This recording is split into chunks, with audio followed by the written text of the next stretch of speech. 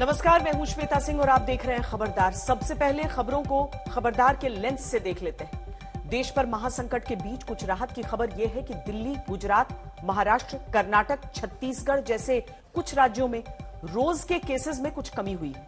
हालांकि ये बात भी सच है कि जहां 18 से 19 लाख टेस्ट रोज हो रहे थे, वहां रविवार को सिर्फ 15 लाख टेस्ट हुए। अब भी बहुत बड़ी चुनौती इसीलिए है क्योंकि 12 राज्य ऐसे हैं जहां एक्टिव केस 1 लाख से भी अधिक है। इस चुनौती के साथ बड़ा सवाल यह है कि देश का ऑक्सीजन संकट कब और कैसे खत्म होगा। खासतौर पर दिल्ली में जो हाहाकार मचा है, उसमें हर कोशिश नाकाम क्यों हो रही है। आज भी कई अस्पतालों से ऑक्सीजन के लिए इमरजेंसी मैसेज आए। अब तो नर्सिंग होम्स भी ऑक्सीजन के लिए हाईकोर्ट पहुंच गए। पिछले 9 दिन से अदालत लगातार सुनवाई कर रही है, फटकार लगा रही है, लेकिन व्यवस्था अब भी सुधर नहीं रही। हाईकोर्ट ने दिल्ली सरकार से सेना की मदद लेने को कहा था। दिल्ली सरकार ने रक्षा मंत्रालय को चिट्ठी लिखी जिसमें ऑक्सीजन सप्लाई के लिए सेना के संसाधन लगाने और बेड्स के लिए अस्थायी अस्पताल बनाने की मांग है। दिल्ली सरकार की मांग पर रक्षा मंत्रालय विचार कर रहा है। सेना अपनी पूरी ताकत से कैसे दिल्ली और देश की मदद कर सकती है, सेना की तैयारी क्या है, यह आज हम आपको बताएंगे। इसके बीच आज सरकार ने कोरोना जांच के लिए सीटी स्कैन पर लोगों को आगाह किया और यह कहा कि हल्के लक्षण वाले मरीजों को सीटी स्कैन की जरूरत नहीं है, क्योंकि एक सीटी स्कैन 300 से 400 चेस्ट एक्सरे के बराबर है और बार बार सीटी स्कैन से आगे चलकर कैंसर का खतरा भी बढ़ सकता है। सरकार ने यह भी कहा कि हल्के लक्षण वाले मरीजों को सीपीआर, डी डाइमर जैसे टेस्ट भी कराने की जरूरत नहीं है। डॉक्टर की सलाह पर ही यह टेस्ट करवाएं। लेकिन खबरदार में सबसे पहले बात दिल्ली के ऑक्सीजन संकट की, जिसे हल करना अब सरकारों और सिस्टम के बस की बात नहीं दिख रही। अस्पतालों को पर्याप्त ऑक्सीजन नहीं मिल रही और वो सबसे गुहार लगाते लगाते थक गए। अस्पतालों के अंदर मरीजों की जान हर समय खतरे में है। बाहर लोग ऑक्सीजन के लिए परेशान हो रहे हैं और इस संकट में अब सेना का ही सहारा दिख रहा है। दिल्ली हाईकोर्ट ने दिल्ली सरकार से कहा था कि वो इस संकट में सेना की मदद क्यों नहीं मांग रही। तब जाकर दिल्ली सरकार ने रक्षा मंत्री को चिट्ठी लिखी। दिल्ली में 10,000 ऑक्सीजन बेड्स और 1,000 आईसीयू बेड्स बनाने में सेना की मदद मांगी गई है। इसके अलावा उड़ीसा के प्लांट से ऑक्सीजन लेकर आने में सेना को लगाने की बात की गई है। दिल्ली और देश का संकट बहुत बड़ा है, इसीलिए बड़े फैसले करने ही होंगे। सेना पहले से ही मदद कर रही है, लेकिन महासंकट में पूरी ताकत के साथ सेना का जुटना भी अब जरूरी हो गया है।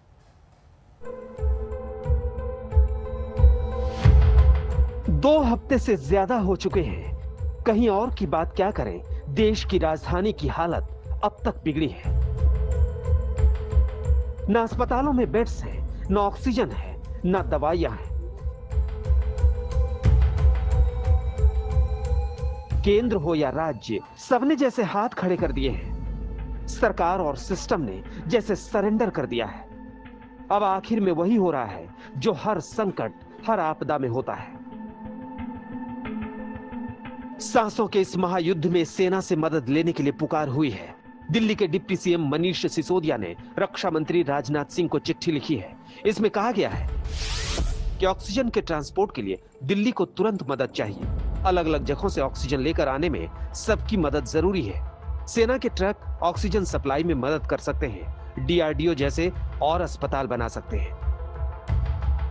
हमने सबसे मदद मांगी है। हम तो क्योंकि हमें अभी ऑक्सीजन को लेकर काफ़ी समस्या हो रही है, तो हमने ऑक्सीजन सप्लाई करने के लिए सेना के पास अगर ट्रक हैं, हमने उनसे भी कहा है। डीआरडीओ के पहले से ही 500 बेड्स का सेंटर यहाँ पे चल रहा है। ऐसे सेंटर्स अगर और चल सकें तो और अच्छा होगा।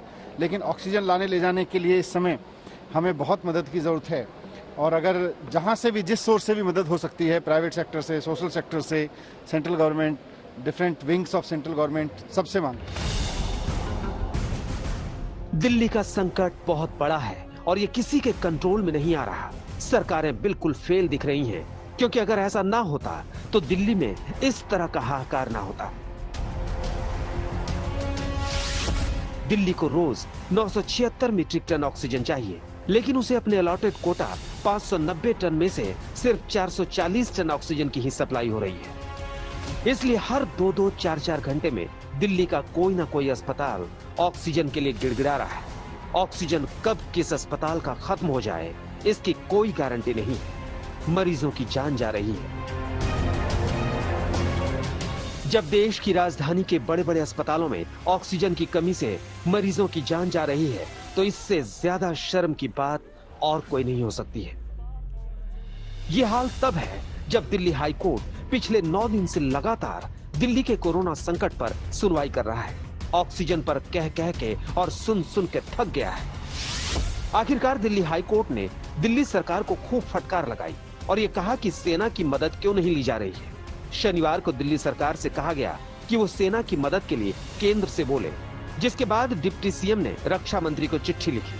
फिर आज हाई कोर्ट ने केंद्र को इस पर तुरंत जवाब देने के लिए कहा। तो उधर से जवाब किया आया कि रक्षा मंत्री खुद इस मामले को देख रहे हैं।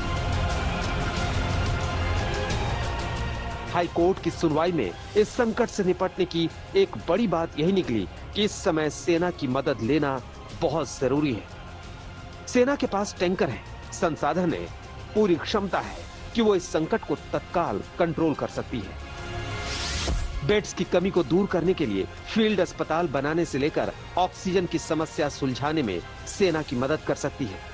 ऑक्सीजन सप्लाई के लिए सेना क्रायोजेनिक टैंकर मुहैया करवा सकती है। दिल्ली ने 10,000 बेड वाले एक बड़े अस्पताल के लिए भी सेना से आग्रह किया है। हालांकि यह किसी के कहने की बात नहीं है। रक्षा मंत्री और सेना अपने स्तर पर कोरोना से जंग में जुटे हैं। दिल्ली में डीआरडीओ का 500 आईसीयू बेड का अस्पताल 5 दिन में तैयार हो गया था, जहां कोरोना मरीजों का इलाज चल रहा है। सेना का काम करने का अपना तरीका है, उनके पास अपना इंफ्रास्ट्रक्चर है, उनके पास तकनीक और संसाधन है और युद्ध स्तर पर काम करने की ट्रेनिंग है, इच्छा शक्ति है। इसलिए इस संकट से निकलने में अब सेना की तरफ उम्मीद से लोग देख रहे हैं। आज तक ब्यूरो।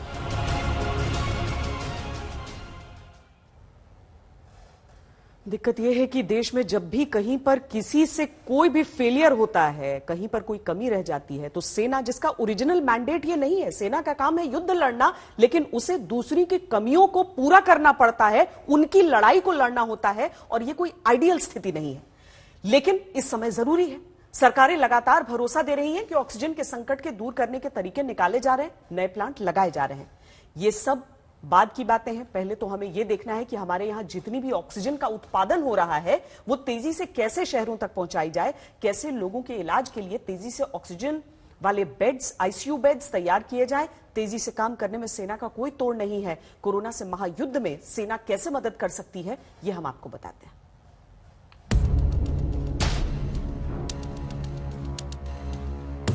जब हर किसी की जिंदगी दांव पर है, जब ऑक्सीजन, बेड, दवा के लिए दर दर लोग ठोकरें खा रहे हैं, जब ऑक्सीजन ना मिलने से क्या घर, क्या सड़क, अस्पतालों में भी लोग मर रहे हैं, और ये हालात बदलने में हफ्तों बाद भी सरकारें कुछ नहीं कर पा रही हैं, तो आखिरी उम्मीद के तौर पर भारतीय सेना ही दिखती है।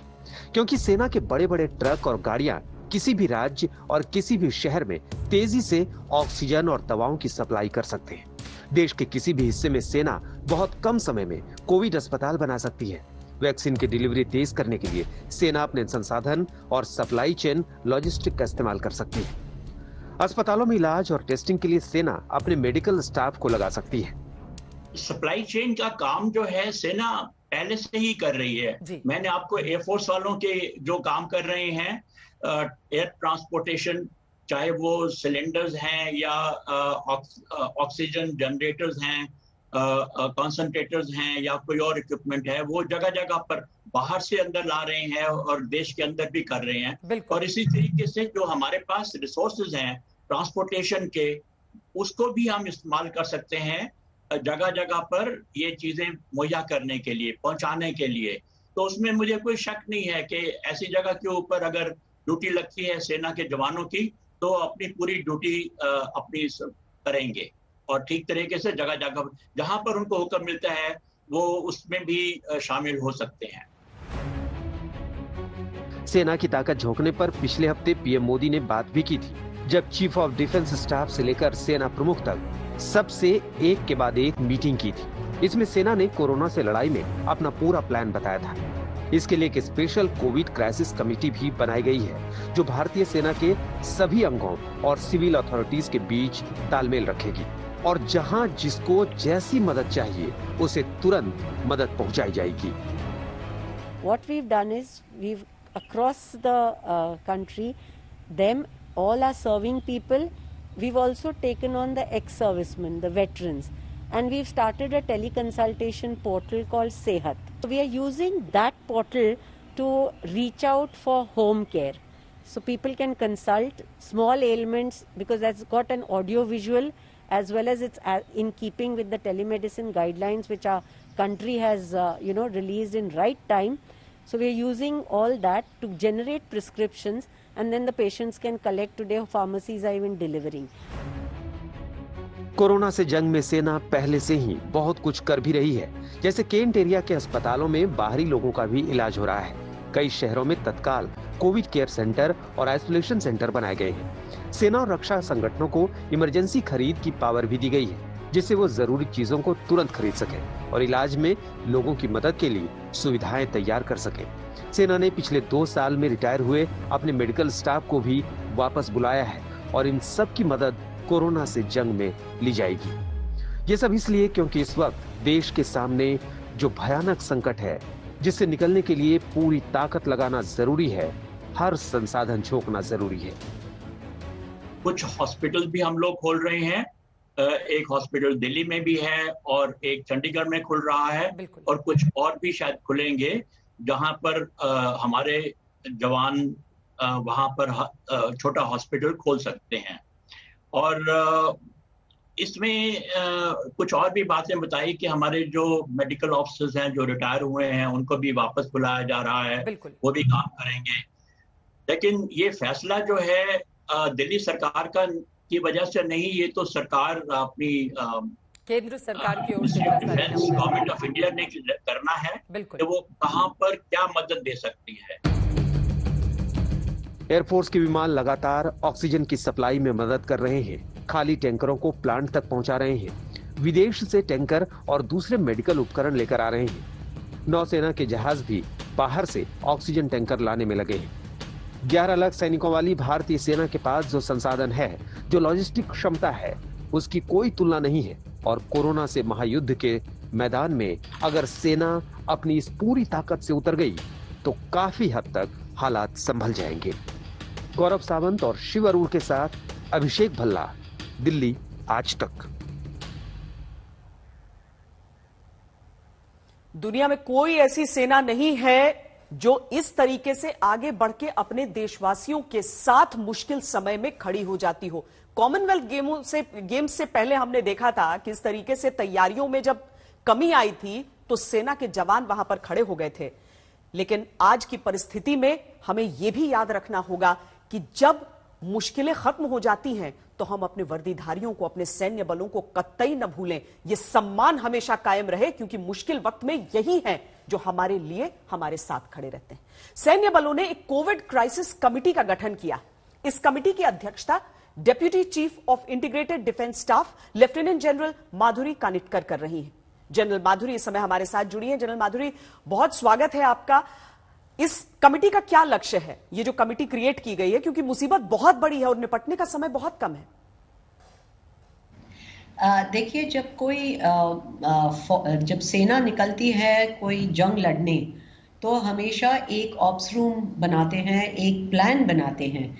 तो ये कमेटी का काम है पीछे से सारी तैयारी करना, प्लान्स बनाना, और जो हमारे लीडर्स हैं, हमारे सीनियर्स हैं, उनके लिए पूरे ऑपरेशनल प्लान तैयार करना, ताकि हम इस जंग को साथ लड़ेंगे।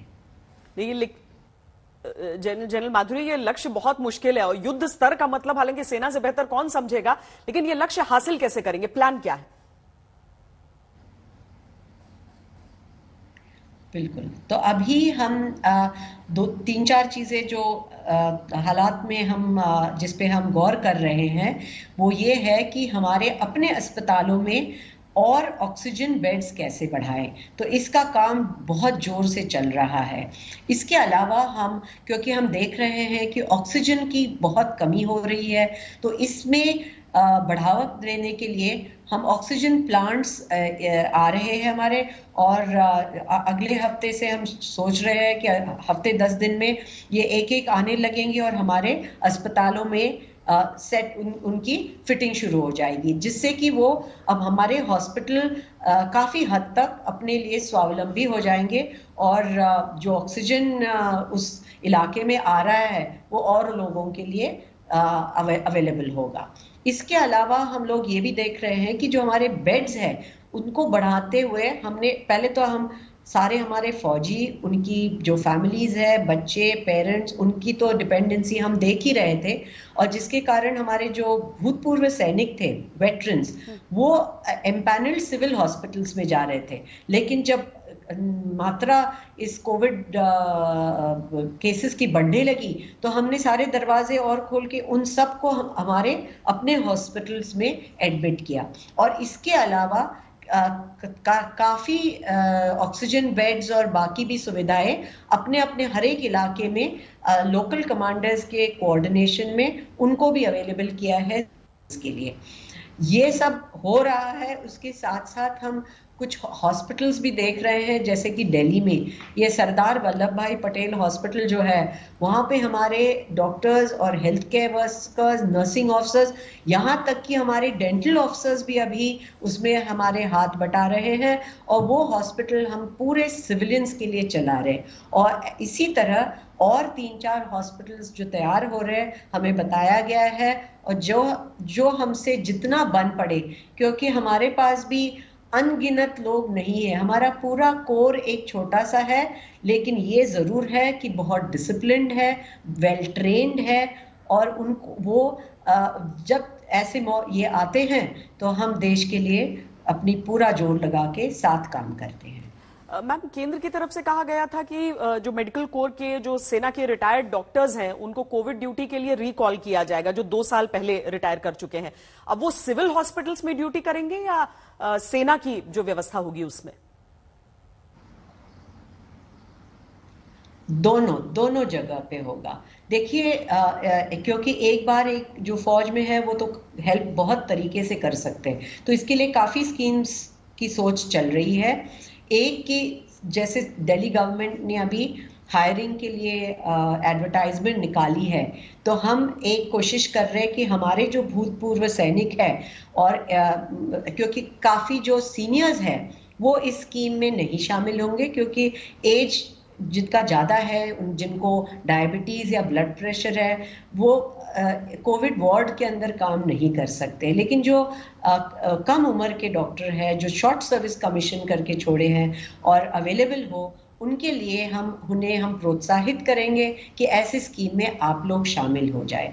दूसरा, हम लोगों ने ऑलरेडी एडवर्टाइज किया है, जो हमारे भूतपूर्व सैनिक जिनकी एज लेकिन उनकी एक्सपीरियंस बहुत है, तो उनको हम लोग ऐसे देख रहे हैं कि उन्हें टेलीमेडिसिन के तौर पे आने के लिए, तो वो 2 तरीके से है। सिविल वालों के लिए भी है, जो ई-संजीवनी पोर्टल चल रहा है, उसमें मिनिस्ट्री ऑफ डिफेंस की तरफ से ये कोशिश होगी कि एक डिफेंस ओपीडी भी चलाई जाए, ताकि जितने भी पेशेंट्स आए, हर स्टेट के पास जो डॉक्टर्स हैं उनके साथ भी वार्तालाप कर सकते हैं, और नहीं तो डिफेंस ओपीडी में भी एक्स सर्विसमैन के साथ कंसल्टेशन ले सकते हैं। इसके अलावा हम जो सेहत हमारी मिलिट्री की ओपीडी है उसमें भी हमने इनवाइट किया हुआ है और डॉक्टर्स उसमें भी ले लेंगे और वो भी कंसल्टेशन दे पाएंगे। तो ऐसे टेक्नोलॉजी हमें यूज़ करनी पड़ेगी। कई टेक्नोलॉजी जो तैयार है, जैसे कि नई मॉनिटरिंग मेथड्स है, आर्टिफिशियल इंटेलिजेंस का कुछ है, तो उनके भी हम कोशिश करेंगे कि लगा के हम अगर देख सकते हैं कि डॉक्टर अंदर ना जाए, लेकिन अगर मॉनिटरिंग अंदर होता रहे और बाहर से पेशेंट मॉनिटर होके डॉक्टर्स सही एडवाइस दे सके, क्योंकि नेवी ने विशाखापट्टनम में ऐसा एक बनाया था, तो हम चाहेंगे कि ऐसे चीज़ों की इस्तेमाल करें कि हम टेक्नोलॉजी का इस्तेमाल करके ज़्यादातर कम डॉक्टर ज़्यादा लोग पेशेंट लोगों की सेवा कर सके। मैम, वैसे तो फौज का अनुशासन है, फौज का काम करने का तरीका है, हम सब ने कभी ना कभी अपनी जिंदगी में इससे हौसला जरूर लिया है। आज उस हौसले की और ज्यादा जरूरत होती है, लेकिन ये जो काम आप सबने अपने कंधों पर लिया है वो कैसे संभव होगा? ये हर्क्यूलन टास्क है, बहुत बड़ी मुश्किल है, कैसे निपट रहे हैं इससे? तो इस वक्त इससे मैं दो चीजें बताऊंगी। एक कि हम जानते हैं कि जैसे ही फौज आती है लोगों का हौसला बढ़ता है, और इसमें मैं सब लोगों से कहना चाहूंगी कि आप हौसला बनाए रखें और हमें देख के खुशी मतलब आप ले सकते हैं, क्योंकि जो टेंशन और स्ट्रेस आ रहा है लोगों पे कि कोविड होने से क्या होगा, तो उन्हें एक तसल्ली, एक दिलासा मिलेगा कि फौज अभी इसमें पूरी तरीके से जितना हो सके सब जगह मदद कर रही है। ये तो रही अब की बात कि हम जितनी चीजें कर सके हम कर रहे हैं, लेकिन उसके अलावा हम जो बाकी एस्टैब्लिशमेंट्स है इसमें डॉक्टरों की जरूरत नहीं है, तो उन्हें भी इस तरीके से अनुशासित तरीके से काम करने के लिए वो फौज से SOPs ले सकते हैं और उन्हें इम्प्लीमेंट करके, क्योंकि फाइनल अगर आप देखो तो फाइनली डिफरेंस यही है, अनुशासन या अनुशासन का नहीं होना, अनुशासन का पालन करना पूरी तरीके से। तो इसलिए उसके लिए एक अंदर से हर एक इंसान को जिद आनी चाहिए और सिर्फ फौज पे छोड़ने की जरूरत नहीं है, लेकिन एक आम आदमी, हर एक जन अगर अपने आप को तय करे कि स्व अनुशासन, जो अपने आप को अनुशासित करे, और इसी युद्ध में जब जैसे वॉर होता है, कोई वॉर की अनाउंसमेंट होती है तो कहते हैं कि वॉलंटियर्स की जरूरत होती है, तो इस तरीके से हर इंसान जो अपने काबिलियत के मुताबिक, अपनी फिटनेस के मुताबिक आगे आके इस तरीके से अनुशासित तरीके से मदद कर सकता है, क्योंकि सिर्फ डॉक्टर पेशेंट देखना ही काम नहीं होता है। जो NGOs होते हैं, जो बाकी लोग, आम जनता होती है, उन लोगों को हॉस्पिटल के साथ जुड़ के कि एक वॉलंटरी फोर्स बनाई जा सकती है, जो इन चीज़ों को देख के कि जो पेशेंट इधर उधर भाग रहे हैं, ये इनके लिए डॉक्टरों की ज़रूरत नहीं होती है, हॉस्पिटल की ज़रूरत नहीं होती है, बस अपने आप खुद वॉलंटियर्स अगर अपने ग्रुप्स बनाएं तो इसमें बहुत कुछ फर्क ला सकते हैं। नहीं, वाकई जनरल माधुरी, जैसे मैं हॉज कवर कर रही थी जहाँ पे हाई ऑल्टीट्यूड की ट्रेनिंग चल रही थी, और मैंने देखा कि किस तरीके से वहां पर मास्क को इंटीग्रेट किया गया ताकि लंग की कैपेसिटी बढ़ सके, और ये अनुशासन नहीं तो क्या है, इसी को आत्मसात करने की जरूरत होती है। लेकिन फौज का पहला दायित्व होता है युद्ध लड़ना। समय समय पर भूमिका फौज ने अपनी बदली। हम देख रहे हैं कैसे जम्मू कश्मीर के सरहदी इलाकों में कोरोना से लड़ाई में फौज नागरिकों की मदद करती है, पर कोरोना की लड़ाई में जुटने के साथ साथ क्या फौज अपनी प्राथमिक भूमिका भी निभा रही है, क्योंकि चाइना की तरफ से खतरा तो उसी तरह से बना हुआ है। बिल्कुल, मैं सबको आश्वासन दिलाती हूँ और बिल्कुल कॉन्फिडेंस के साथ कहती हूँ कि वो हमारी जिम्मेदारी, हमारी पहली जिम्मेदारी है, और उसको हम कभी भी उससे पीछे नहीं हटेंगे। आज भी हम जितने फौजी और जितनी सेना कोविड के संघर्ष में लगी हुई है, लेकिन हम लोगों ने जो नॉर्दर्न बॉर्डर्स पे, ईस्टर्न एरिया में जितनी हमारी फौज है, उन लोगों से उनको इस कार्यवाही के लिए बिल्कुल नहीं निकाला है। वो सब अपने अपनी जगह पे कर रहे हैं, और उसके साथ साथ जहां है वहां पे जो सद्भावना की तरफ से वो अपने अपने गांवों को, चाहे वो स्कूल्स पढ़ा रहे, बच्चों को पढ़ा रहे हैं, लोगों की सेवा कर रहे हैं, टेम्परेचर देख रहे हैं, वो सारी मदद चलती रहेगी। हेल्थ कैंप्स कराते हैं। मैं नॉर्दर्न कमांड में थी और ये सब मैंने खुद देखा हुआ है, किया हुआ है, इसलिए मैं जानती हूँ कि वो जिम्मेदारी अलग है और ये जिम्मेदारी अलग है, और हम दोनों इक्वल कॉन्फिडेंस के साथ निभाएंगे। जनरल माधुरी, वैसे ही पूरे देश को वर्दी पर सबसे अधिक भरोसा है, भारतीय सेना पर सबसे अधिक भरोसा है। आपकी बातों से बहुत आश्वासन मिला होगा, सबका भरोसा बढ़ा होगा। बहुत धन्यवाद हमसे बातचीत करने के लिए। व्यवस्थाएं चरमरा दी हैं। ऐसे में बीते कई दिनों से प्रधानमंत्री नरेंद्र मोदी खुद कोविड मैनेजमेंट देख रहे हैं। आज भी पीएम ने एक समीक्षा बैठक की और कई अहम फैसले लिए। प्रधानमंत्री के आज के फैसलों के अनुसार जो स्वास्थ्य कर्मी 100 दिन कोविड ड्यूटी करेंगे, उन्हें सरकारी नौकरियों में प्राथमिकता दी जाएगी। इसके अलावा उन्हें पीएम कोविड नेशनल सर्विस सम्मान मिलेगा। प्रधानमंत्री मोदी ने एमबीबीएस फाइनल ईयर के छात्रों को टेली कंसल्टेशन और कोरोना के हल्के लक्षणों वाले केसेस में अपनी फैकल्टी के गाइडेंस में चिकित्सीय परामर्श देने की छूट दे दी। इसके अलावा बीएससी जीएनएम प्रशिक्षित नर्स को फुल टाइम सेवाएं देने की छूट दी गई। सीनियर डॉक्टर या नर्स की गाइडेंस में ये अपनी ड्यूटी देंगे। प्रधानमंत्री की आज की बैठक में जो सबसे बड़ा फैसला हुआ है वो है नीट पीजी परीक्षाएं 4 महीनों के लिए टाल दी गई। कोरोना के समय के मैनेजमेंट पर सरकार हाथ पांव मार रही है, लेकिन जो परिस्थितियां हैं उसके बाद सुप्रीम कोर्ट ने लॉकडाउन के विकल्प पर सरकारों को विचार करने को कहा है। सिर्फ सुप्रीम कोर्ट ने ही नहीं बल्कि खुद कोविड-19 टास्क फोर्स के सदस्य और अमेरिकी विशेषज्ञ भी लॉकडाउन लगाने के पक्ष में हैं। हालांकि संपूर्ण लॉकडाउन को लेकर सरकार मन नहीं बना पा रही। साथियों, आज की स्थिति में हमें देश को लॉकडाउन से बचाना है। मैं राज्यों से भी अनुरोध करूंगा कि वो लॉकडाउन को अंतिम विकल्प के रूप में ही इस्तेमाल करें। लॉकडाउन से बचने की भरपूर कोशिश करनी है। 2 हफ्ते पहले प्रधानमंत्री नरेंद्र मोदी का नजरिया एकदम साफ था कि लॉकडाउन से देश को बचाना है।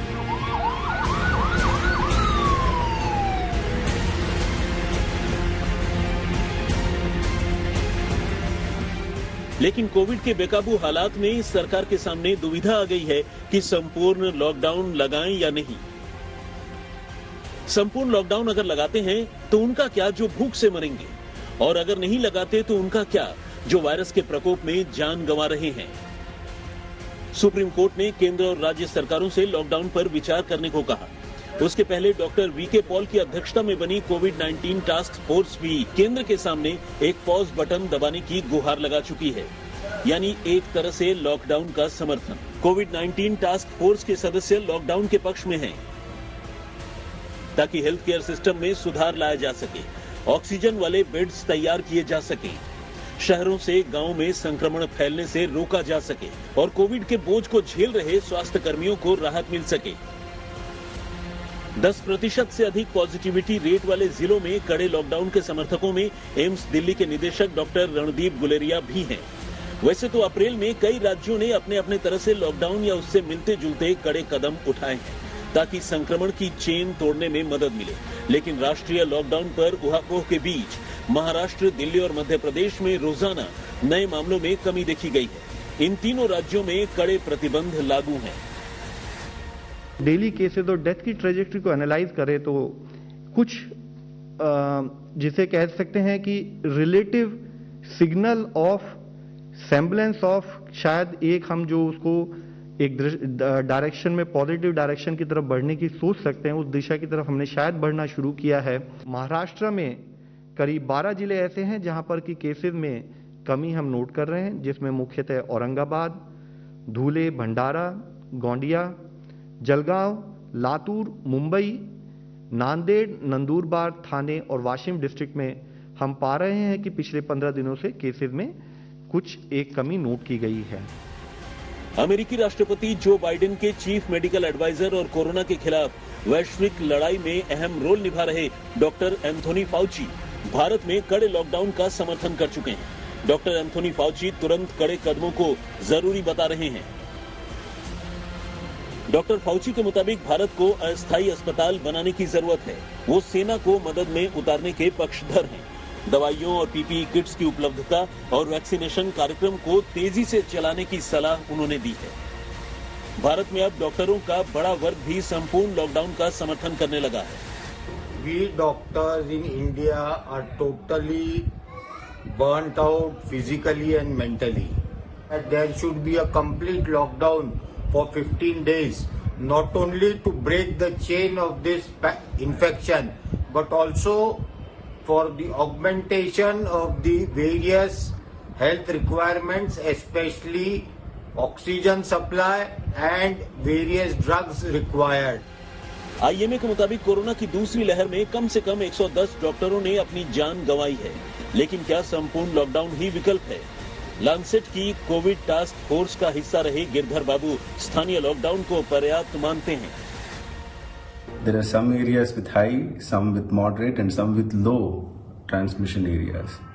We need to identify these areas and reduce the speed of transmission, especially in areas with high transmission, by doing local lockdowns or regional lockdowns. So therefore, having national lockdown will not be useful in reducing overall. Senior cardiologist doctor M Wali जैसे experts भी lockdown को corona रोकने का हल नहीं मानते। Lockdown लगाने कोई नहीं आएगा, ना लॉकडाउन इसका हल है। लॉकडाउन बहुत बड़ा डिबेट का विषय बन चुका है। और लॉकडाउन के बारे में लोगों की अलग अलग राय है। उसमें मेरी ऐसी राय है जो कि सब लोग फॉलो कर सकते हैं कि मास्क लगाएं, डबल मास्क लगाएं, घर में रहें, अपने पैरों का लॉकडाउन और अपने चेहरे का लॉकडाउन, ये 2 सबसे बड़े लॉकडाउन है। अगर हम इसको मन से करेंगे तभी हमारा पीक ये कम होगा, नहीं तो आगे कितना बढ़ेगा इसका आकलन करना बहुत मुश्किल है। लोग अलग अलग तादाद दे रहे हैं। संपूर्ण लॉकडाउन पर बहस के बीच स्वास्थ्य मंत्रालय 15% से अधिक पॉजिटिविटी रेट वाली जगहों पर लॉकडाउन की सलाह दे चुका है। लेकिन कोरोना के हालात जस के तस बने रहे या और बिगड़े तो विकल्प क्या होगा? दिल्ली से स्नेहा मोरदानी के साथ आज तक ब्यूरो। शहर के बीच अप्रैल में भारत के एक्सपोर्ट और इंपोर्ट में बढ़ोतरी हुई है। इस बार अप्रैल में एक्सपोर्ट में 3 गुना और इंपोर्ट में 2 गुना इजाफा हुआ है। एक्सपोर्ट को बढ़ाने में आयुर्वेद और ऑर्गेनिक प्रोडक्ट समेत कोरोना काल में लोकप्रिय हुए सामानों का बड़ा रोल है।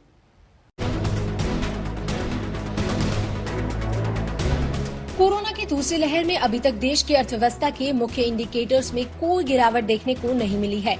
यहां तक कि अप्रैल में एक्सपोर्ट इंपोर्ट के मामले में भी भारत ने बढ़त दर्ज की है। वाणिज्य मंत्रालय के आंकड़ों के मुताबिक देश का निर्यात कारोबार अप्रैल में करीब 3 गुना बढ़कर 30.21 अरब डॉलर पर पहुंच गया। अप्रैल 2020 में 10.17 अरब डॉलर का निर्यात किया गया था। इस दौरान आयात भी 2 गुना से ज्यादा बढ़कर 45.45 अरब डॉलर पर पहुंच गया,